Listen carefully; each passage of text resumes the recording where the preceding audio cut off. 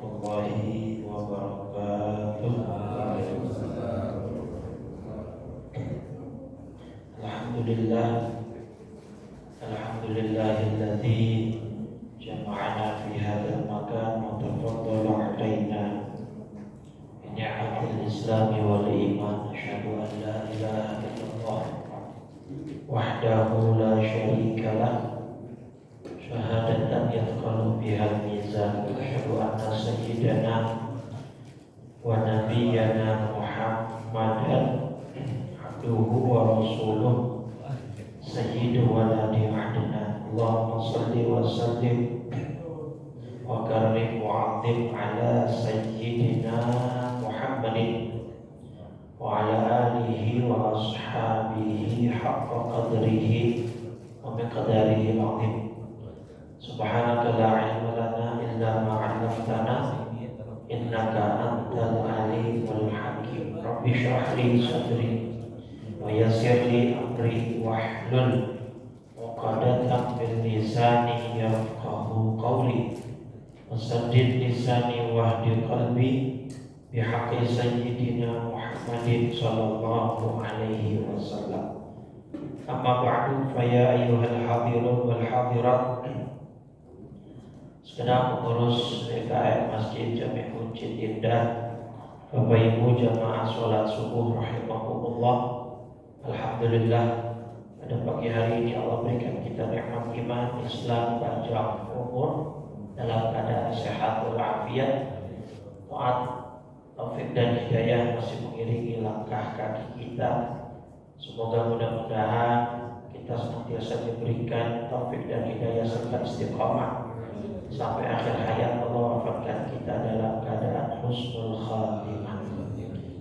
Amin ya rabbal alamin. Salawat teriring salam tak lupa senantiasa kita curah limpahkan kepada junjungan kita baginda Nabi besar Muhammad sallallahu alaihi wasallam serta seluruh keluarga, para sahabat dan pengikutnya hingga yaumil qiyamah. Mudah-mudahan kita semua tergolong umatnya yang mendapat syafaatnya di yaumil qiyamah kelak. Amin ya rabbal alamin. Bapak Ibu hadirin hadirat rahimakumullah, kita akan masuk hadis ke-12 di dalam kitab Al-Arba'in An-Nawawiyah. Yang hadis ke-12 ini cukup singkat namun memiliki makna yang cukup dalam dan bahkan dianggap sebagai pilar dari agama Islam. Kita baca dulu hadisnya. Bismillahirrahmanirrahim. Qala Syekhul Mu'allif rahimahullah wa adama naf'a bihi wa bi barakati ulumihi wa bikum fid dharain amin. Al-hadits tsani asyar, hadis ke-12.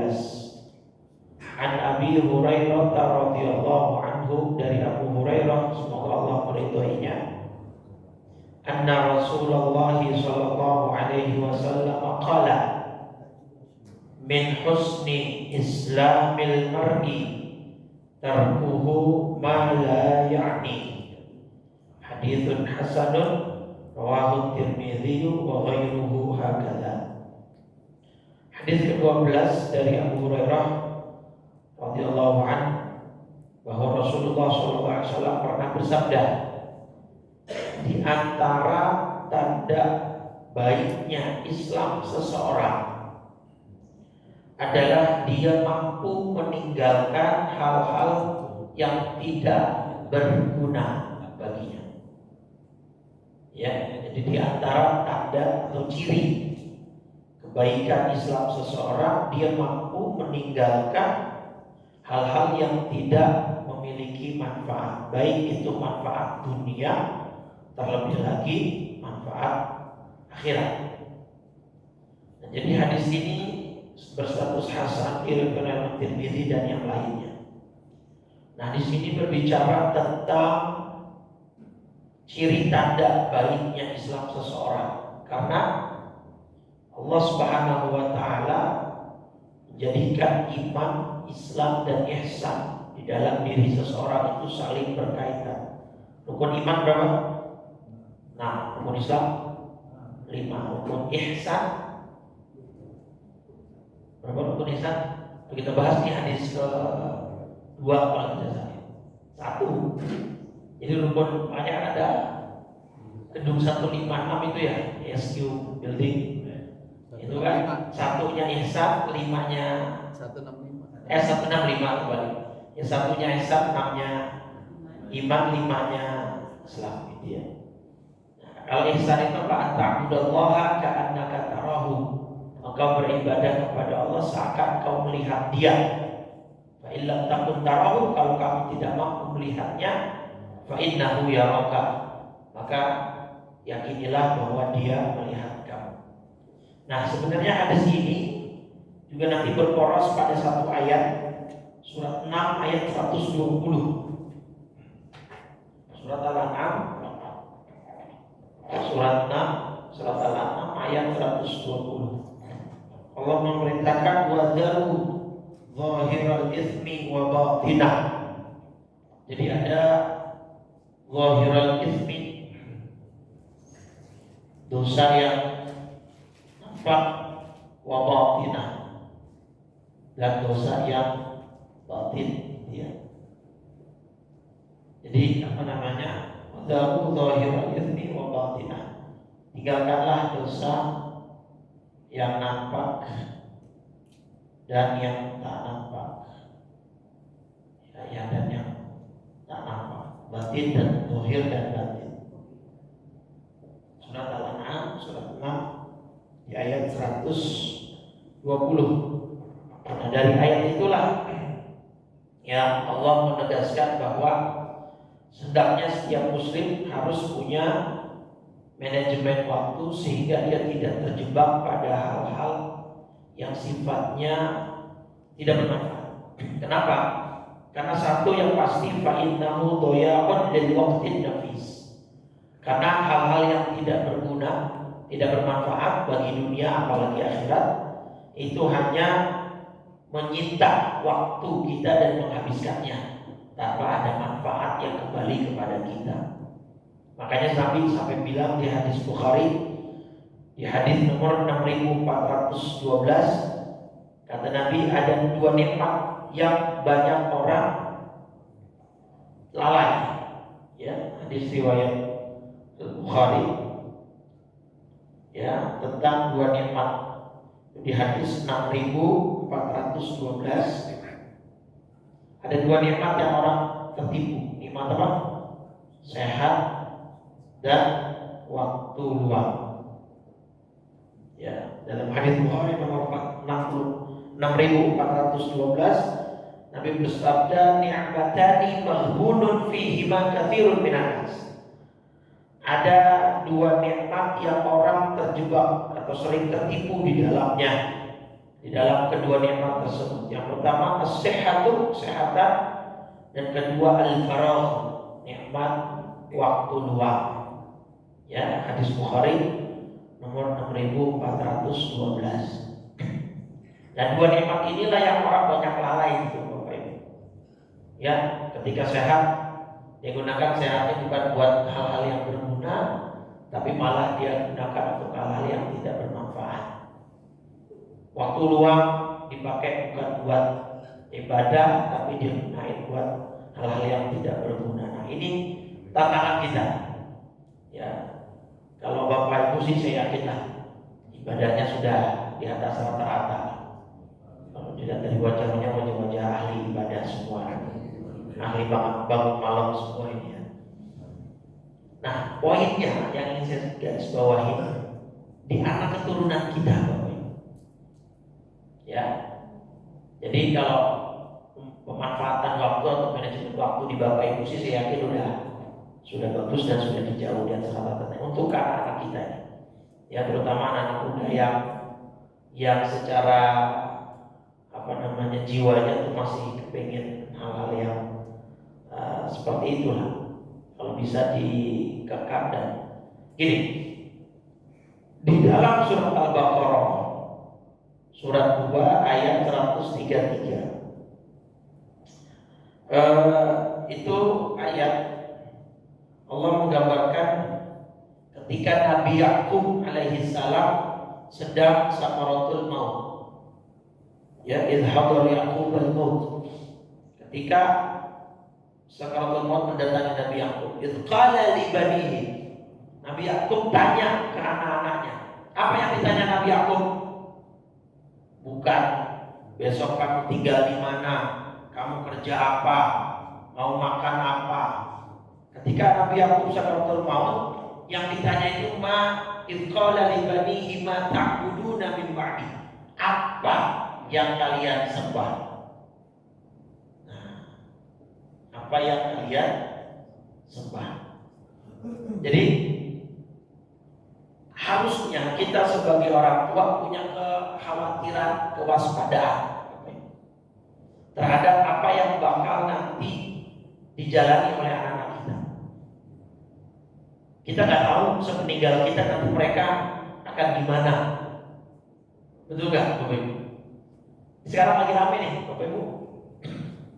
Ikutin nggak di sosial media? Ada seorang mantan hafizah atau bahkan mungkin masih hafizah. Dia hafal Quran, lulusan kampus Al-Quran. Sekarang dia membuka auratnya, memakai pakaian yang terbuka, cukup terbuka, dan sekarang lagi podcast kemana-mana, membuat statement ngafal Quran gak ada gunanya, dan disandingkannya dengan Ade Armando, namanya Umailah Hikmah, bisa searching tuh. Dia itu lulusan kampus Al-Quran, Bapak Ibu, hafizah, ya, sudah punya anak, sudah punya suami, tapi akhirnya cerai, ya gara-gara begitu. Entah apa dia sudah menyatakan murtad atau belum, Allah alam. Tapi yang jelas sekarang YouTube-nya, podcast-nya dan lain sebagainya isinya ngobok-ngobok ajaran Islam. Ya, padahal dari keluarga yang agamis tadinya. Bapaknya kalau nggak salah dosen besar di salah satu kampus negeri, punya pondok kalau nggak salah, agamis lah pokoknya, akademis keluarganya. Tapi Allah takdirkan seperti itu. Jadi sekarang kemana-mana pakai baju terbuka, bilang ngapal Quran, ngapain sih ngapal Quran? Ngapain sih? Kenapa sih orang tua senang betul kalau anaknya ngapal Quran? Apa sih faedahnya? Apa sih manfaatnya? Gitu lah. Ya, terus dia bikin podcast salah satu judul yang juga banyak komentar negatif dari netizen. Nah, dia bilang kita harus berani bersuara untuk mengatakan bahwa Tuhan itu tidak ada. Ya yang begitu itulah. Nah ini kan tahap miris ya. Orang tuanya masih hidup padahal. Orang tuanya masih hidup aja, anak masih bisa seperti itu. Apalagi kalau orang tuanya meninggal. Makanya cuma nanti Bapak Ibu perhatikan pesan Allah di surat An-Nisa surat 4 ayat 9. Ya. Quran surat 4 An-Nisa ayat 9. Ya, Allah berfirman, wal yakhshal ladina law taraku min khalfihim dzurriyyatan dhi'afan khafu 'alaihim. Dan hendaklah takut sekiranya ketika mereka meninggal, orang-orang ini meninggalkan keturunan di belakang mereka, keturunan yang lemah. Memang secara umum ayat itu merujuk kepada lemah secara ekonomi, Bapak Ibu, kesejahteraan. Tetapi kata ulama tafsir juga yang dimaksud adalah lemah soal agama atau akidah. Jadi harus punya kita ya kekhawatiran, kewaspadaan dan usaha effort dari sekarang untuk tetap mengarahkan anak-anak kita. Karena semakin kesini Pak, fitnah akhir zaman makin besar, makin challenging atau makin ringan. Sepeninggal kita nanti nih 20 tahun ke depan, 30 tahun ke depan, fitnah zaman akan semakin besar Pak. Besar. Dan coba sekarang googling Pak, negara Muslim dengan pertumbuhan ateisme tertinggi apa Pak? Pertumbuhan ya, bukan jumlah. Negara Islam dengan pertumbuhan ateis tertinggi di dunia, apa nomor satu? Arab Saudi. Searching kalau nggak percaya. Jadi fenomena Arab menjadi negara ateis. Nomor 2 Irak, nomor 3 Lebanon, nomor 4 Turki. Ya, itu setidaknya di berita data yang saya simpan di sini. Ya, jadi pertumbuhan ateis itu di anak muda rata-rata, di anak Gen Z, Gen Alpha. Itu mereka banyak yang pada akhirnya menyatakan ateis. Ya, nah ini yang menjadi tantangan kita. Apa kaitannya dengan hadis ini? Karena Imam Hasan al-Basri mengatakan min alamat i'radillahi ta'ala 'anil 'abdi ay yaj'ala syughlahu fi ma la ya'ni. Ya. Min alamat i'radillahi ta'ala 'anil 'abdi ay yaj'ala syughlahu fi ma la ya'ni. Saya kira sudah paham ya, nggak perlu diterjemah.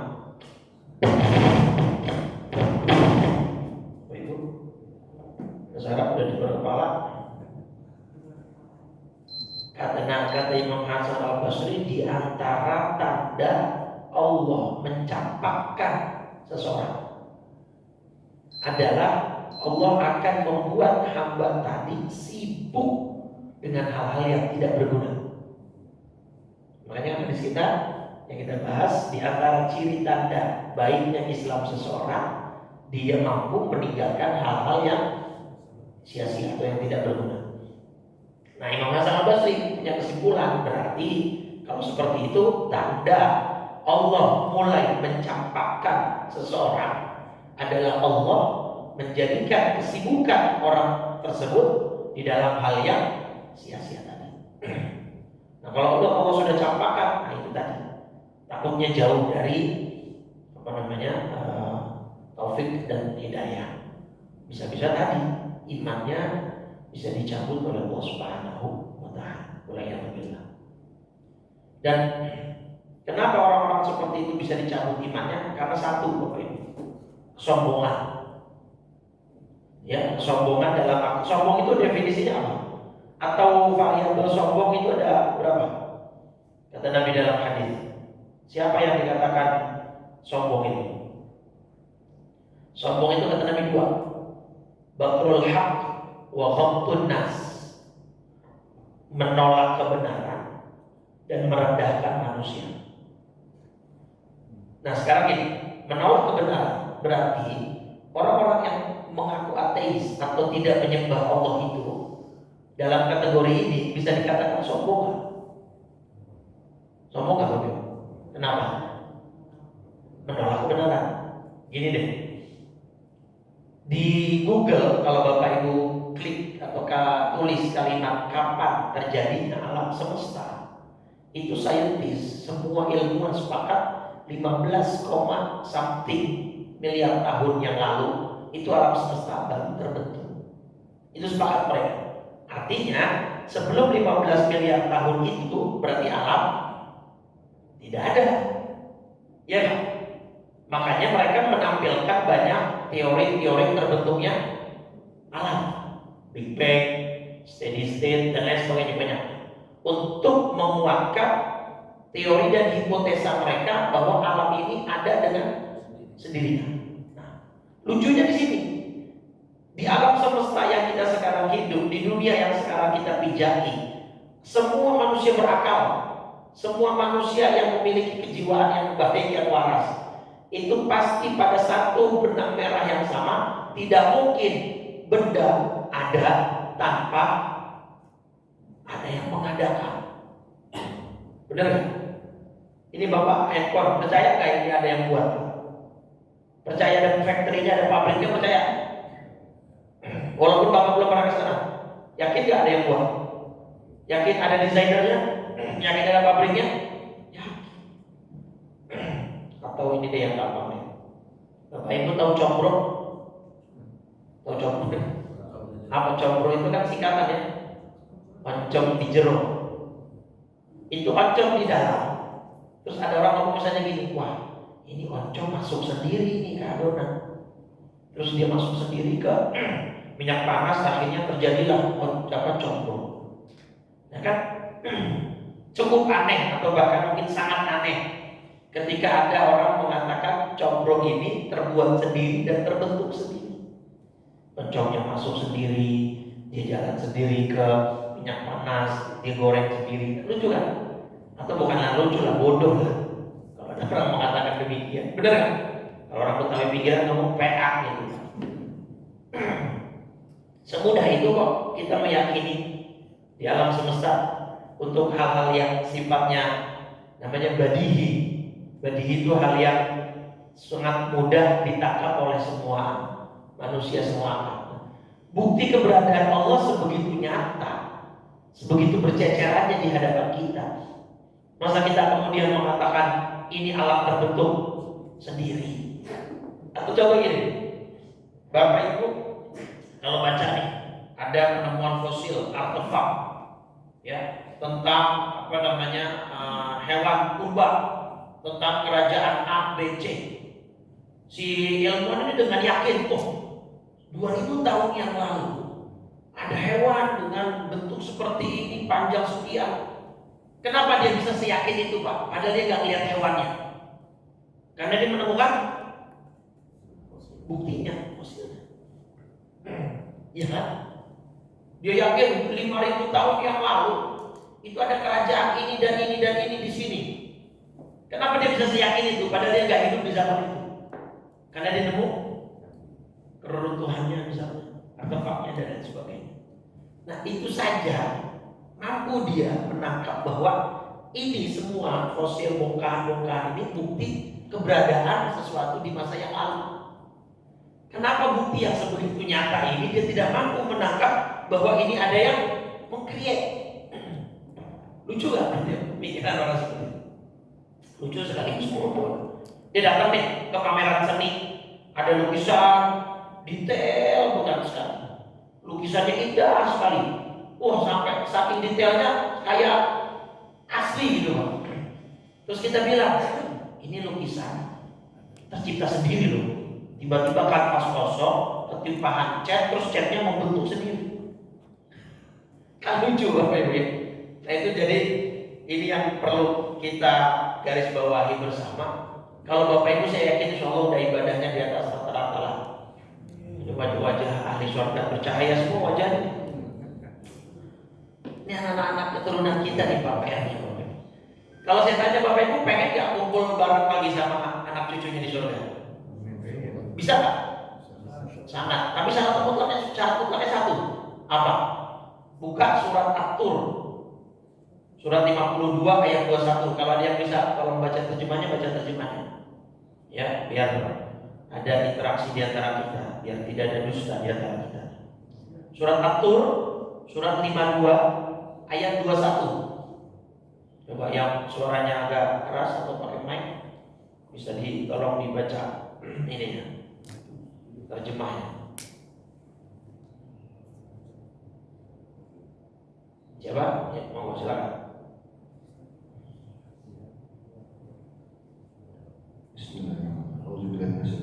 Bismillahirrahmanirrahim. Orang-orang yang beriman dan anak cucunya mengikuti mereka dalam keimanan. Nah, itu garis bawahi Bapak Ibu.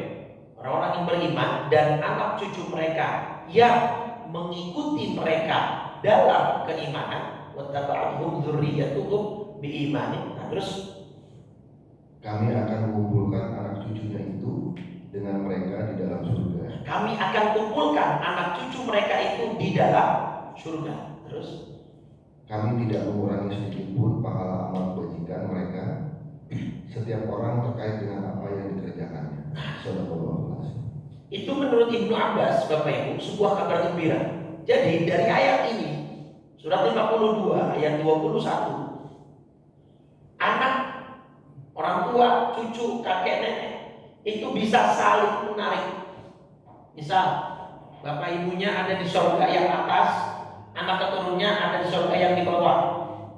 Itu nanti anak cucunya bisa tertarik ke surganya orang tua yang di atas atau sebaliknya. Nah itu bisa ketemu di surga, bisa kumpul bareng lagi. Syaratnya tadi satu, anak cucu mereka mengikuti mereka dalam keimanan. Artinya kalau kata anak sekarang satu server, ya kan? Kalau udah beda server nggak bisa, sorry to say, nggak bisa. Karena syarat mutlak masuk surga adalah bahwa iman. Nah ini yang ingin saya tekankan pada pertemuan kita pagi ini. Kalau Bapak Ibu saya yakin insya Allah sudah bisa lah memanage waktu, mana yang manfaat, mana yang tidak, mana yang berguna, mana yang sia-sia. Sudah tahu, sudah paham. Nah anak keturunan kita yang masih harus diarahkan dan di-guide untuk tidak melakukan hal-hal yang sia-sia atau bahkan yang mengandung dosa dan melanggar hukum misalnya. Nah tetapi ya balik lagi, itu semua nanti taufik dan hidayah tetap ranahnya Allah Subhanahu wa taala. Tapi kita harus ikhtiar supaya besok kita di akhirat di surga bisa kumpul bareng anak cucu kita. Itu yang kita harapkan kan ya. Nah, tapi tadi syaratnya harus kita ini dulu harus kita usahain dulu dari sekarang untuk anak-anak keturunan kita. Jadi supaya mereka menghargai waktu lah. Karena gini, di hadis, nah ini buat kita nih.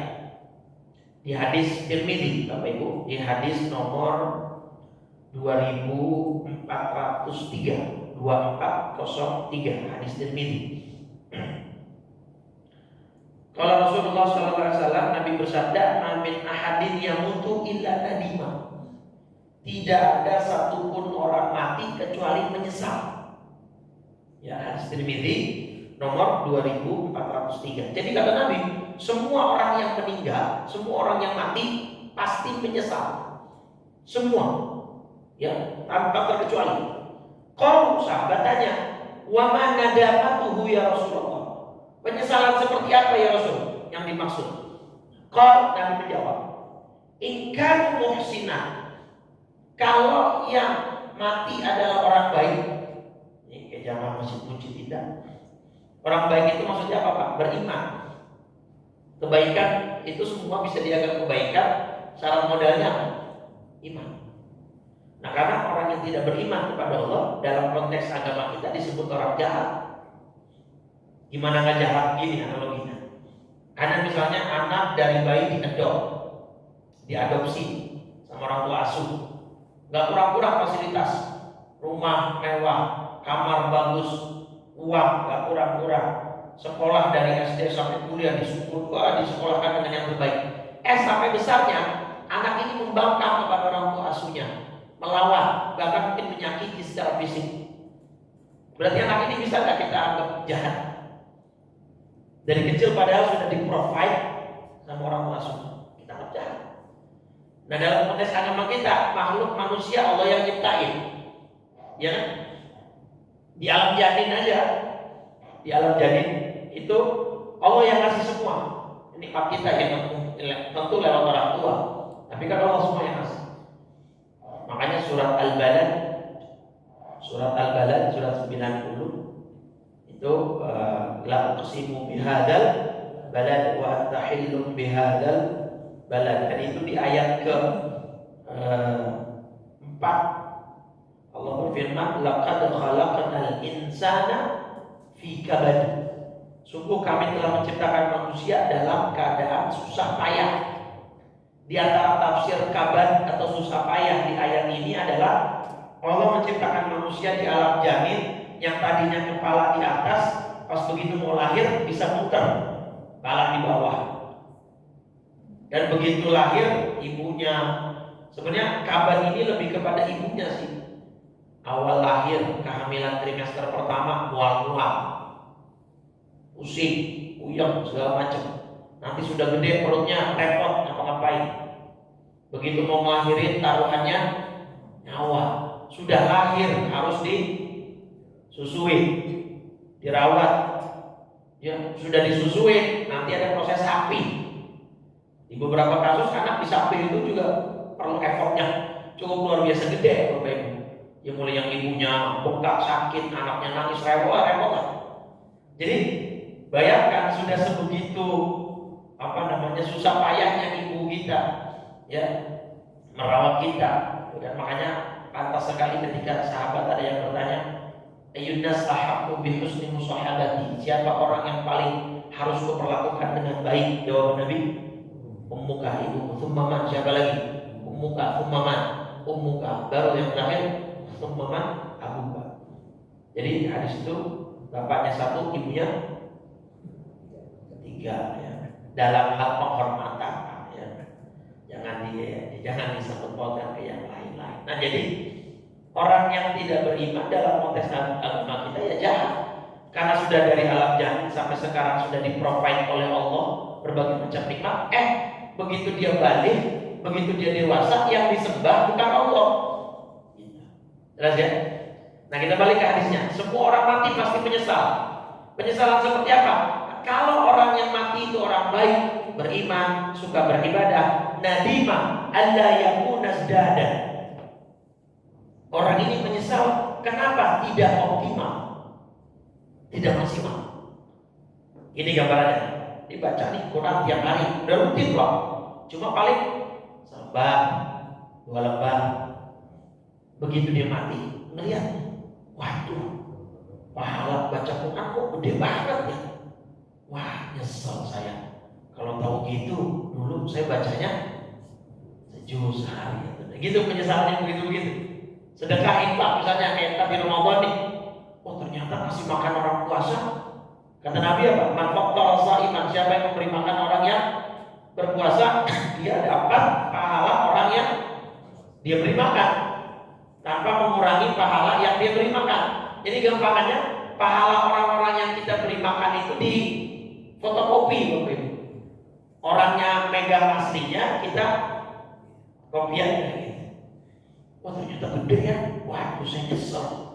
Kalau gitu cuma ngasih makan 10 orang, coba. Nah, saya bisa kena gitu. Jadi itu pasti, Bapak Ibu. Ada penyesalan seperti itu tuh orang yang pertama. Jadi orang yang mati pasti nyesel begitu. Nah, poinnya besok di Ramadan jangan disia-siain. Kayak terawih nih, kita mungkin banyak orang ya masalah krisis lah ya di masjid manapun saya kira itu terawih kalau di malam pertama itu membludak. Bahkan sebagian masjid sampai tutup jalan malam pertama gitu, tapi mulai masuk malam ke-5, 6, 7 gitu makin maju sih, bukan maju jumlahnya bahkan softnya gitu. Artinya kenapa? Karena di antara kita masih punya atau masih banyak orang yang bermindset cuma sunnah, tidak wajib. Ya kan, kalau dalam ilmu terminologi ilmu fikih, sunnah itu definisinya apa? Oke. Pekerjaan yang kalau dilakukan berpahala, kalau ditinggalkan tidak berdosa. Itu memang terminologi fikih. Nah, sayangnya orang-orang fokusnya ke bagian akhir, tidak dosanya gitu. Jadi akhirnya kalau dalam ilmu akhlak, ilmu tasawuf, bahasa sunnah itu kalau dikerjakan berpahala, kalau ditinggalkan rugi. Jadi mindsetnya dirubah. Nah, nanti orang-orang yang melihat ternyata pahala tarawih besar ya, waduh saya nyesel. Nah, itulah penyesalan-penyesalan yang begitu, Pak. Jadi masa kita kalah sama, ya misalkan saya ambil contoh deh Pak, Ronaldo ya, ini baru ulang tahun yang ke-40 nih Pak, tapi kontraknya baru diperbarui sama Al-Nassr, 1 tahunnya 3,3 triliun. Jadi gajinya Ronaldo kalau di breakdown 1 menit per menit ya, itu 104.000 rupiah. Kalau di breakdown per menit, coba per menit lagi per detik, per detik gaji Ronaldo itu 108.000. Per menit 6,4 juta. Per jam 385 juta per jam. Jadi saya kalau ngomong di sini 1 jam gitu ya. Per hari 9M, per pekan 64M, per bulan 277 miliar. Kenapa saya mau kasih contoh Ronaldo? Gini maksud saya Pak. Di Ronaldo badannya ada tato nggak? Bapak yang tahu suka diselebrasi gol buka baju, ada tato nggak di badannya? Nggak ada tato. Ronaldo minum. Air putih. Putih minum ya. Tapi alkohol minum apa? Konon katanya dia hidup sehat lah, jangan kena alkohol. Dalam dalam konflik pers saat itu ada minuman berkarbonasi, soda, sama dia tadinya in frame, sama dia dibikin out frame, ya terus langsung sahamnya anjlok itu. Katanya konon dia punya kebiasaan donor darah. Dan banyaklah berita, silakan di googling juga kebaikan-kebaikan Ronaldo, saya kira akan keluar. Ya, bahkan dia juga pernah membantu saudara kita di mana? Palestina. Ketika timnas Portugal melawan timnas Israel, dia pernah menolak shake hand dengan para pemain Israel. Pernah menolak salaman sebagai bentuk dukungannya terhadap Palestina. Nah, baiknya luar biasa Ronaldo. Nah, kebaikan-kebaikan itu kalau di agama kita berpahala nggak? Tapi Ronaldo dapat nggak? Enggak. Dalilnya nanti di surat An-Nahl surat 16 ayat 97. Itu syaratnya orang dapat kebaikan dari dapat pahala dari kebaikan wa huwa mukmin. Surat An-Nahl surat 16 ayat 97. Ya, di situ Allah berfirman, orang-orang yang amila shalihah min dzakarin aw untha wa huwa mu'minun.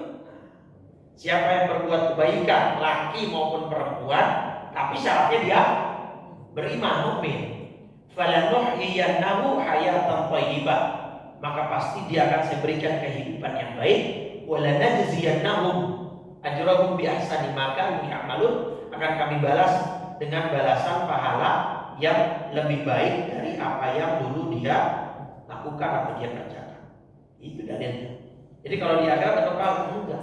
Maksud saya gini, berkacanya adalah dia yang gak akan dapat pahala saja. So far at least dia belum muslim lah ya. Mudah-mudahan sih nanti tidak masuk Islam. Karena yuk mengucap assalamualaikum alhamdulillah udah fase Pak. Iya kan? Udah namanya di sana. Nah, masa kita yang mukmin, kita yang punya iman kepada Allah dan yakin atas ayat itu, kok kita kalah kebaikannya sama dia? Itu maksud saya. Ya enggak? Padahal dia secara akidah kita dia gak ada pembalasan di akhirat nih. Ya, menurut keyakinan dia mungkin iya, tapi kan secara jelas di akidah kita, di agama kita dia gak ada pembalasan nih di akhirat. Sebaik itu dan semau itu membantu kesulitan orang. Loh kok kita yang beriman dan yang meyakini firman Allah malah kalah gitu. Nah, maka di Ramadan besok nih ya ajang kita untuk bisa terus berbagi dan bermanfaat bagi orang banyak.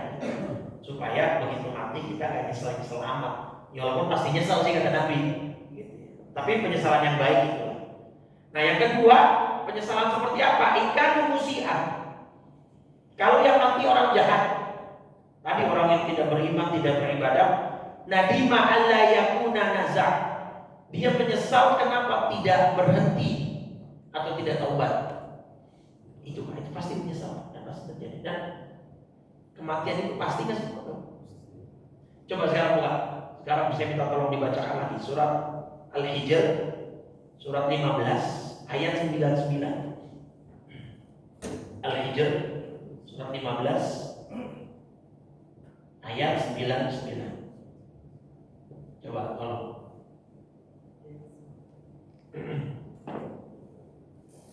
Ya. Bismillahirrahmanirrahim. Dan sembahlah Tuhanmu sampai datang kepadamu kepastian atau kematian. Itu kematian, kata-kata ajal mati dalam kurung kan? Dalam kurung kan? Dalam kurung ya? Dalam kurung ajal atau kematian. Versi terjemahnya macam-macam lah. Gini,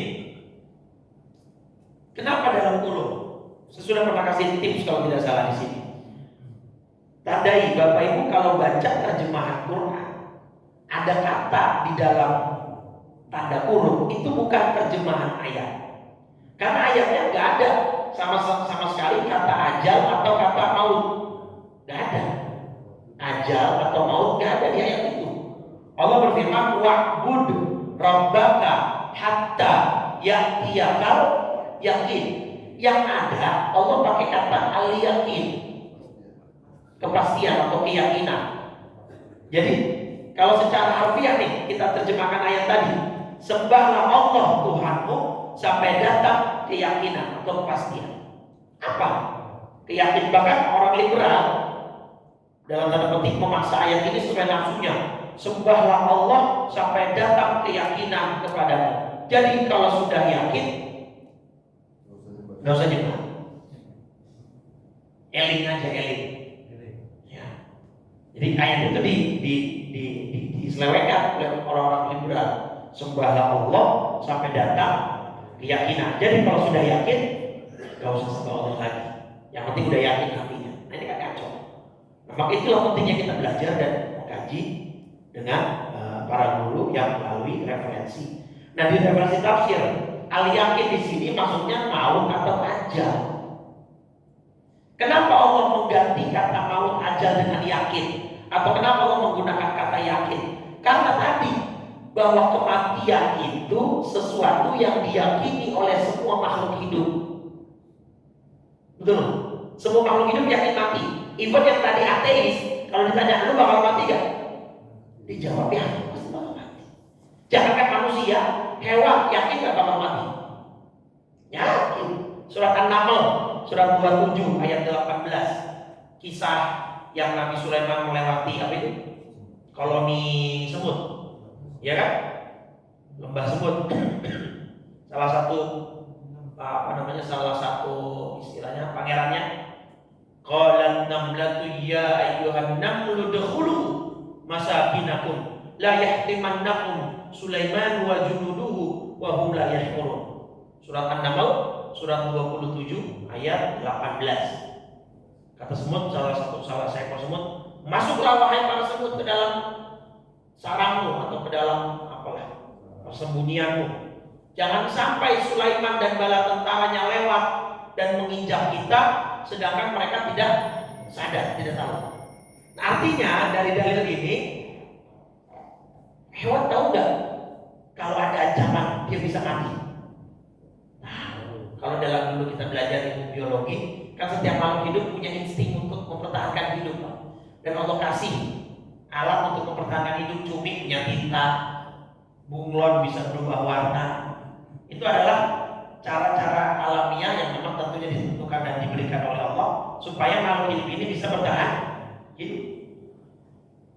Bahkan makanya kalau kita Idul Adha potong kurban kan adabnya, kalau kita lagi potong, antara pemotongan dengan tempat pengumpulan hewannya kalau bisa dipisah, kalau bisa. Tapi kalau lahannya terbatas, setidaknya diapain? Dikasih pembatas. Makanya banyak kasus sapi ngamuk. Kenapa? Stres Pak. Dan dia temannya lagi dipotong, dia lihatin, wah habis ini gua nih.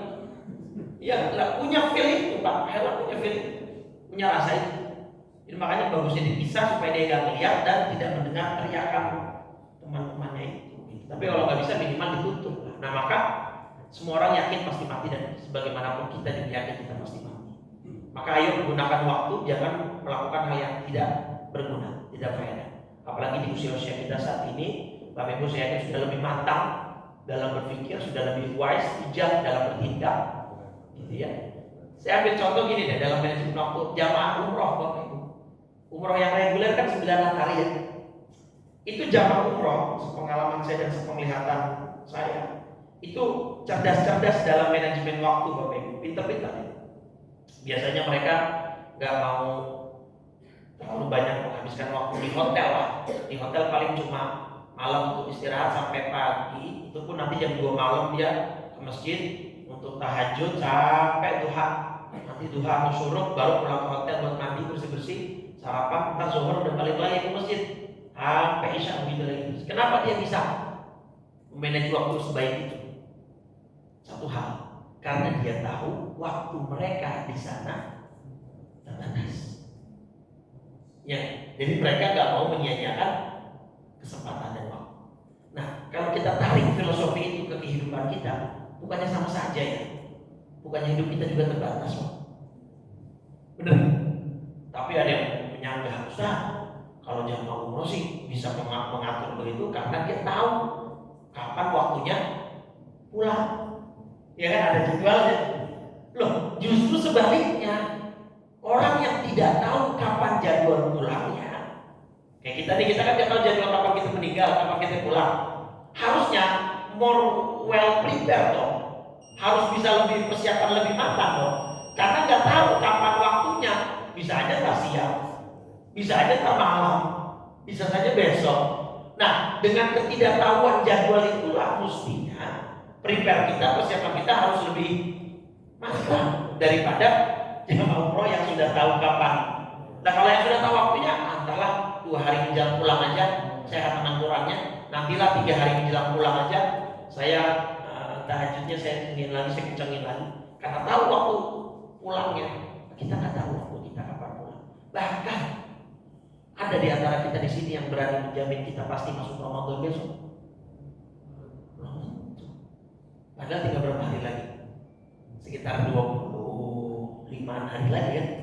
Ada yang bisa memastikan? Gak ada. Ya, tapi kita berharap mudah-mudahan masuk. Panjang umur, sehat walafiat. Itu makanya ketika nanti Allah berikan, kadang-kadang manusia itu lucu Pak. Dari bulan Rajab udah doa, Allahumma barik lana fi Rajab wa Sya'ban wa balighna. Ya Allah, berkahi saya di bulan Rajab, berkahi kami di bulan Sya'ban, sampaikan usia kami masuk. Udah masuk bulan Ramadan disia-siain. Kan gak konsekuen namanya. Kemarin kamu yang minta sampai ke bulan Ramadan, sekarang udah disampaikan, udah diturutin, udah dikabulin, tapi di Ramadannya nyantai ya, nggak konsekuen sama permintaannya gitu ya. Nah maka ayo nanti Ramadan jangan melakukan hal yang sia-sia, apalagi sampai membuat puasa kita pahalanya gugur. Makanya Nabi kamin sha'imin laisa lahu min siyamihi illal jawalatos. Berapa banyak orang yang puasa tapi nggak dapat nilai pahala. Puasanya sah secara fikih, tapi nggak punya pahala, nggak punya nilai. Kenapa? Ya tadi dia puasa dari mulut dan perutnya aja, tapi matanya nggak puasa, ngomongin orangnya nggak berhenti, ya fitnahnya nggak berhenti, hoaxnya nggak berhenti dan lain sebagainya. Nah maka ini hadis ini sangat cocok dan pas lah untuk kita tarhib Ramadan. Jadi kita harus punya planning untuk memanfaatkan waktu sebaik-baiknya. Jangan melakukan hal yang sia-sia, hal yang tidak berguna. Bahkan even kita lagi melakukan hal yang tidak berguna, misalkan lagi bengong, kejebak macet di mobil, kejebak macet di kendaraan umum, jangan diam aja dulu. Ngapain Pak? Zikir supaya waktu yang lewat tidak sia-sia gitu maksudnya. Zikir ini kan ibadah yang sangat fleksibel lah, dimanapun dan kapanpun posisinya, keadaannya itu bisa kita kerjakan. Bahkan perempuan yang lagi haid pun boleh nggak? Zikir boleh. Itu salah satunya benteng yang bisa dipakai ibu-ibu supaya ketika dia haid, dia hatinya, kolbunya tidak kosong-kosong banget gitu ya, dengan zikir itu. Zikir apa yang paling bagus? Banyaklah riwayat masing-masing lah. Saya kira semua kalimat thayyibah bagus. Ada hadis Tirmidzi, afdhalul dzikri la ilaha illallah. Terus ada kalimat hadis khafifatani 'alal lisan, kalimatani ya, ada 2 kalimat ringan ucap lisan, tsaqilatani fil mizan, berat di timbangan, habibatani 'alar rahman, dicintai oleh Allah sang maha rahman. Apa? Subhanallah wa bihamdihi, subhanallahil azim. Sholawat. Kata Nabi kepada Ubay bin Ka'ab ketika tanya berapa banyak saya harus sholawat, kata Nabi terserah kamu, kalau kamu perbanyak lebih bagus. Di akhir hadis kata Ubay, udah idzan aj'alna salati kullaha, kalau begitu tidak ada waktu yang terlewat melainkan saya akan bersolawat kepadamu ya Rasul. Idzan tufahamu wa yufahdamu, kalau begitu dosamu diampuni, hajatmu akan dikabulkan. Jadi semua kalimat thayyibah kalau bisa dibaca, istighfar, asmaul husna. Asmaul husna itu kata Nabi dalam hadis Bukhari, man hafizaha dakhala jannah. Siapa yang menghafal Asmaul husna akan masuk ke dalam surga. Jadi apapun lah kalimat thayyibah yang bisa kita baca, kita lazimi demi mencegah waktu dari terbuang secara sia-sia. Baik, saya kira itu Bapak Ibu. Terima kasih atas atensi dan perhatiannya. Ya, sekali lagi tadi poin saya adalah anak-anak kita diperhatikan, ya, jangan sampai mudah-mudahan kita balik kumpul lagi bersama mereka di surga nanti. Allah jaga iman Islam kita dan anak-anak turunan kita, sepeninggal kita mereka tetap berjalan di atas muslimah, di atas Islam, dan Allah memberikan kita dan anak keturunan kita taufik dan hidayah sehingga kita bisa menjauhi dan menghindari hal-hal yang tidak berguna. Amin ya rabbal alamin. Ya, silakan. Sedikit agak menyimpang dari topik ini. Ya, ya. Kalau seorang meninggal, kan rohnya diambil, dicabut, sudah diambil oleh malaikat. Kemudian dimakamkan. Ada yang mengatakan sesudah orang terakhir meninggalkan kuburnya, makamnya. Bukan lagi datang mulai menginterogasi dia. Nah, orang yang dimakamkan tadi. Assalamualaikum warahmatullahi wabarakatuh.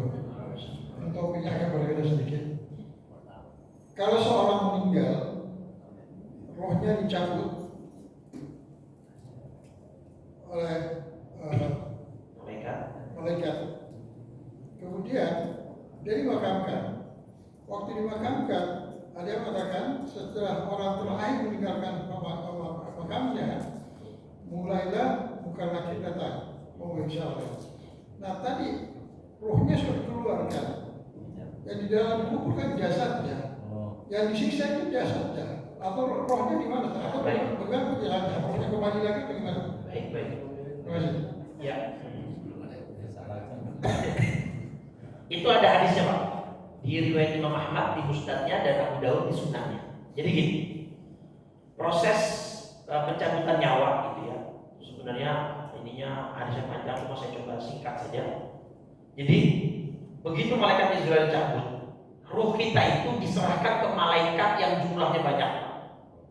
Jadi di hadis Abu Daud dan Tirmidzi, ada Sunan Abu Daud dan Musnad Ahmad, ada malaikat yang datang secara jumlahnya banyak, yang muduna madal basar, sejauh mata memandang, itu jumlahnya nggak ada habisnya malaikat ini.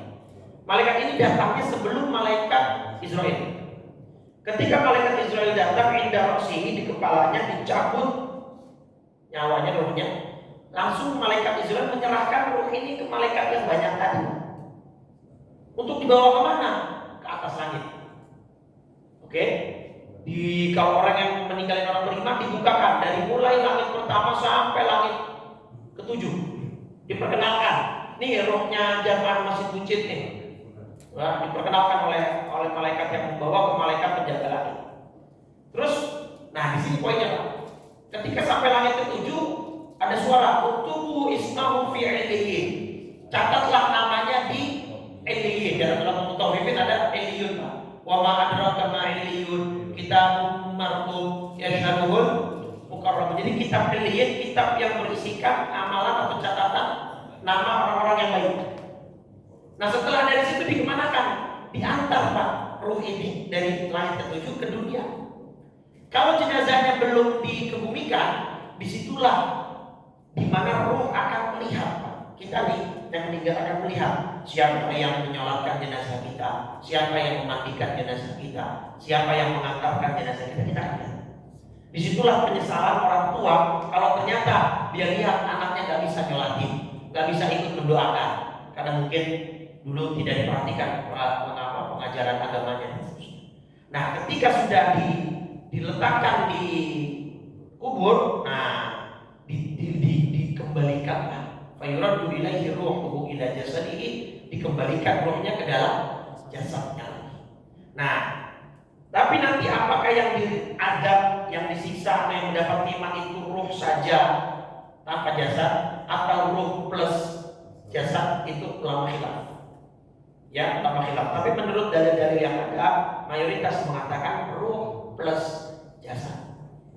Tapi apakah jasad yang ini? Karena jasad ini kan hancur nanti dimakan tanah. Nah itu beda lagi nanti. Apakah ada jasad yang baru atau jasad yang itu nanti dikembalikan atau pastinya wallahu alam, karena saya belum pernah alami juga. Jadi kalau dari itu begitu Pak. Nanti akan ruhnya dikembalikan, karena kalau orang kafir ruhnya itu nanti nggak sampai Pak ke langit ketujuh. Boro-boro sampai langit ketujuh, langit pertama saja sudah nggak dibukai. Ya, dalilnya surat 7, surat Al-A'raf ayat 40. Itu bisa dicek. Innal ladzina kadzdzabu bi ayatina wastakbaru anha la tufattahu lahum abwabus sama. Sesungguhnya orang-orang yang mendustakan ayat-ayat kami dan menyombongkan diri terhadapnya tidak akan dibuka pintu-pintu langit bagi mereka. Surat Al-A'raf surat 7 ayat 40. Nah, tidak dibukakan pintu langit itu maksudnya tadi proses di mana ruh yang sudah diambil akan dibawa tur langit. Kalau orang beriman dibukakan sampai pintu langit ke-7, tapi kalau orang kafir buru-buru sampai ke-7, pintu langit pertama pun sudah tidak dibukakan. Itu la tufattahu lahum abwabus sama. Surat Al-A'raf surat 7 ayat 40. Nah, baru nanti kalau orang beriman diantarkan punya, kalau orang kafir dibuang. Ya, dibuang, baru nanti Allah kembalikan dengan kuasanya ke dalam jasad. Jadi begitu ya. Ya, gimana? Kalau yang sampai begitu kan catatan amalnya. Ya. Kalau yang naik ke atas Itu sijil. Nah, di Al-Mutaffifin juga, Pak. Jadi ada dua catatan. Ada namanya illiyin, ada namanya sijil. Wa ma adraka ma sijil. Kitabun marqum. Ya, wailul yauma idzin lil mukadzimin. Surat 83, surat Al-Mutaffifin. Itu nanti dilihat tuh. Ya, surat Al-Mutaffifin surat 83 ayat 19 sampai 21. Itu kalau yang illiyin. Kalau yang sijil ayat 8 sampai 10-nya. Itu sudah sama-sama di surat Al-Mutaffifin surat 83. Jadi kalau yang orang kafir sudah dicatat namanya di sijil, dihempaskan rohnya ke bumi tanpa dimuliakan. Itu juga di dalam surat Al-Hajj surat 22 ayat 31 maksudnya. Faka wa may yusyrik billah surat Al-Hajj surat 22 ayat 31. Wa may yusyrik billah, orang-orang yang menyekutukan Allah, faka annama kharra minas sama, seakan-akan dia jatuh dari langit, fatahtafuhu tayru, lalu ruhnya disambar oleh burung, atau tahwi bihi rihu, atau diterbangkan oleh angin, fi makanin sahih, ke tempat yang jauh. Jadi perbedaan di situ. Kalau orang beriman ruhnya sampai langit ke-7 dimuliakan, disambut, bahkan ketika ke dunia diantarkan lagi, ya sampai kemudian ke bumi. Tapi kalau ruh orang kafir begitu mau diangkat ke langit, dari langit pintu pertama pun sudah ditutup. Tadi surat Al-A'raf surat 7 ayat 40, karena sudah ditutup nggak bisa dibawa kan sama malaikat. Sedangkan ruhnya mau diapain? Kata Allah, lemparkan saja. Nah, itulah surat Al-Hajj surat 22 ayat 31. Jadi ruhnya akan terombang-ambing di atas, itu sebagai hiasan atau simbol penghinaan dari Allah Subhanahu wa taala. Itu ya wa biswa. Karena ya mudah-mudahan kita termasuk orang yang nanti dimuliakan oleh Allah Subhanahu wa taala. Gitu Pak ya. Silakan. Bertanya Ustaz, kalau khatam Quran itu sebaiknya sama keluarga itu ada hadisnya. Gimana khatam Quran? Kerja keluarga. Ada hadisnya. Hadisnya itu umum bahkan Pak. Majtama'a qaumun, tidaklah berkumpul suatu komunitas atau suatu kaum fi baitin min buyutillah, di masjid-masjidnya Allah atau di makan di tempat yang lain. Kemudian mereka ngapain? Yatluna al-Quran, mereka membaca Al-Quran, yudarisunahu, mempelajari Al-Quran. Ya, kecuali akan turun nazalat alaihimur rahmah, turun rahmat kepada mereka. Jadi bahasanya kaum. Nah, keluarga ya termasuk kaum. Gitu ya, termasuk perkumpulan. Yang penting bahasanya komunitas, kumpulan masjid kah, jamaah masjid kah, anak-anak tongkrongan muda kah. Kan sekarang ada tuh anak-anak biker yang mungkin khataman Quran dulu baru riding, baru sanmori segala macam, itu termasuk. Keluarga juga termasuk. Karena bahasanya umum, komun. Satu kaum berkumpul di rumah, di tempat, di masjid, yang mereka membaca Quran, mempelajari Quran, ya, kecuali turun rahmat kepada mereka. Wa ghasyiyatuhumul sakinah, turun ketenangan di dalam kalbunya, dan malaikat akan menurunkan sayapnya ridwan bima yasna, sebagai simbol keridhaan terhadap apa yang mereka sedang lakukan. Jadi bagus-bagus sekali. Apalagi kalau niatnya ingin menghidupkan Quran di hati anak-anak. Kalau anak-anak mungkin kan sendiri-sendiri susah, dikumpulin bareng keluarga, itu bagus. Ya, baik. Terima kasih Bapak Ibu. Semoga kita bisa. Ya, silakan. Pertanyaan Pak Al tadi, kan semua masuk kuburan. Dengan disiksa itu roh dan Desa. Tapi faktanya sekarang banyak yang sudah ratusan tahun, puluhan tahun, itu jasadnya di dalam tubuh tuh ditemukan ketika dibongkar. Apa karena dia nggak disiksa atau karena memang diselamatkan atau betul-betul? Ya, menarik. Terutama para nabi, para syuhada itu tubuhnya tidak hancur. Ya, kalau itu bisa sebagai simbol bukti dalil bahwa memang dia termasuk hamba Allah yang tidak disiksa, gitu, tidak disiksa. Apalagi para nabi, para anbiya, sholih. Nah, apakah nanti semua orang akan seperti itu? Ya enggak. Ya enggak. Ada yang dapat siksa, ada yang tidak. Nah, tadi masalah khilafnya adalah apakah yang disiksa ruh saja atau ruh jasad, itu yang terjadi perbedaan di antara kalangan ulama. Walhasil ya pasti orang yang baik tidak akan mendapatkan siksa dari Allah Subhanahu wa taala. Jadi poin kita, fokus kita sebenarnya ya menjadi orang yang baik itu supaya tidak mendapat siksa. Ya. Baca itu Pak, surat Al-Muluk tiap malam ya. Itu supaya menghindari siksa kubur. Oke, baik, kita tutup dengan 3 kali kalimat tauhid dan doa kafaratul majlis. Qala Rasulullah sallallahu alaihi wasallam, afdalu ma qultuhu ana wan nabiyyuna min qabli la ilaha illallah la ilaha illallah la ilaha illallah Muhammadur Rasulullah sallallahu alaihi wasallam kalimatu haqqin 'alaiha nahyu 'alaiha namut wa biha nub'atu insyaallah ta'ala minal aminin. Allahumma inna nas'aluka imanan daima wa nas'aluka yaqinan shadiqa wa nas'aluka ilman nafi'an wa nas'aluka amalan shalihan mutaqabbala wa nas'aluka rizqan halalan wasi'an thayyiban mubaraka wa nas'aluka al-'afwa wal 'afiyah wa nas'aluka tamamal 'afiyah wa nas'aluka syukra 'alal 'afiyah wa nas'aluka al-ghina 'anil nas.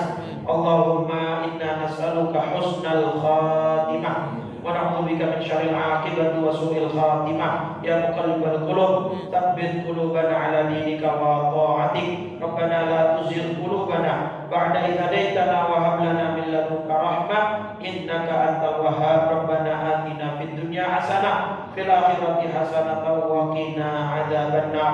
Sallallahu ala sayyidina Muhammadin wa ala alihi wa sahbihi wa sallam.